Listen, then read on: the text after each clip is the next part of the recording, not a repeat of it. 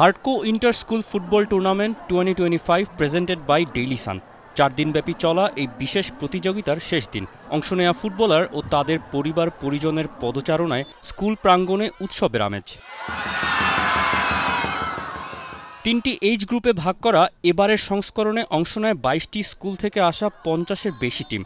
শেষ দিন খেলা দেখতে মাঠে আসেন জাতীয় দলের সাবেক তারকা অধিনায়ক মামুনুল ইসলাম। ইন্টার স্কুল ফুটবল টুর্নামেন্টগুলোর গুরুত্বটাও জানালেন নিজের অভিজ্ঞতা দিয়ে। ইংলিশ মিডিয়াম বলেন, বাংলা মিডিয়াম বলেন, প্রাইভেট ইউনিভার্সিটি বলেন, এই ধরনের টুর্নামেন্ট হলে আপনার অনেক প্লেয়ার এবং প্রত্যেকটা জেনারেশনের বাচ্চারা এখানে থাকে। তাদের ইচ্ছা খেলাধুলার প্রতি না নিতে পারে, বাট এখান থেকে একজন প্লেয়ার প্রফেশনালিজম আসতে পারে। আপনার 10টা স্কুল থেকে 10টা প্লেয়ার যদি আপনার বাইরে, খারাপ না, দেশের ভালো 10টা প্লেয়ার পাচ্ছে।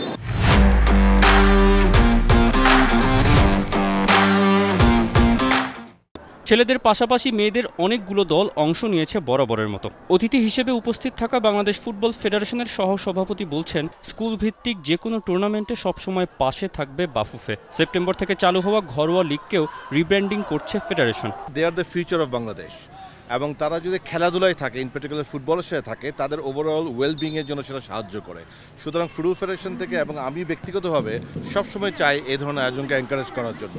আর আরেকটা কথা হলো যে ফুটবল এমন একটি স্পোর্টস যেটা কিন্তু আপনাকে খেলার মাঠে খালি খেলাই শেখায় না, ডিসিপ্লিন হওয়া শেখায়, লিডারশিপ কোয়ালিটি শেখায়, যেটা এই ধরনের বয়সের ছেলে মেয়েদের বড় হওয়ার ক্ষেত্রে অত্যন্ত গুরুত্বপূর্ণ। আমরা লিগটাকে ওভারঅল রিব্র্যান্ডিং করব। প্রথমত আমরা স্পন্সরশিপে কিছু নতুন কোম্পানি আসার চেষ্টা করছি এবং আশা করি আমরা লিগ শুরুর আগে সেই অ্যানাউন্সমেন্ট করতে পারবো। আমরা নতুন কিছু গ্রুপকে আনার চেষ্টা করছি স্পন্সরশিপে। একই সাথে প্রতিটি খেলা যেন ন্যূনতম 4টি ক্যামেরার প্রোডাকশন হয়, ন্যূনতম, কিছু কিছু হয়তো 7-8 ক্যামেরা হবে, বাট প্রত্যেকটা খেলায় যেন প্রোডাকশন হয় সে ব্যবস্থা নিচ্ছি ইনশাল্লাহ আমরা এবার। সিনিয়র ক্যাটাগরির ফাইনালে হার্ডকোকে হারিয়ে এবার শিরোপা ঘরে তুলেছে ইন্টারন্যাশনাল হোপ স্কুল। দারুণ অভিজ্ঞতার কথা শোনালেন টিম ক্যাপ্টেন ও ফাইনালে গোল দেয়া স্ট্রাইকার। আমাদের টোটাল আই থিঙ্ক 4 টিমস আমরা বিট করছি। প্রথমে গ্রুপ স্টেজ পার করছি, এরপরে সেমিজ, এরপরে যে ফাইনালস। সব টিমসরাই অনেক ভালো খেলছে, খারাপ কিছু বলার নেই। Feels amazing. I have nothing much to say. It would have been better if my day went better, but all in all I think it was a very amazing tournament. I think it was a very amazing experience. I think this is one of the few tournaments that have such a nice broadcasting system, which I very appreciate. I can clip all my goals. মেয়েদের ট্রফিটা এবার হার্ডকো স্কুলেই থাকছে।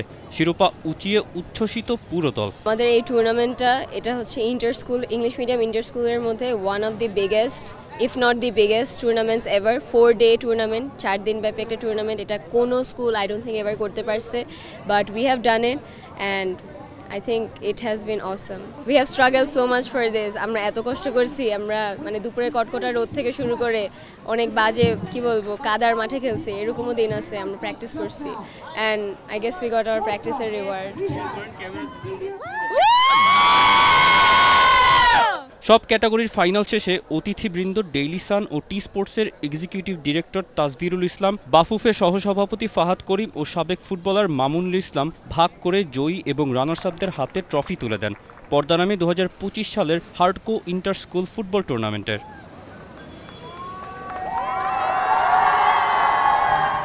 তৌসিফুল Hasan, T Sports. For more updates, subscribe to our YouTube channel and click on the bell icon. Follow us on Facebook and Instagram. Download T-Sports app to enjoy exciting games and highlights. Visit tsports.com.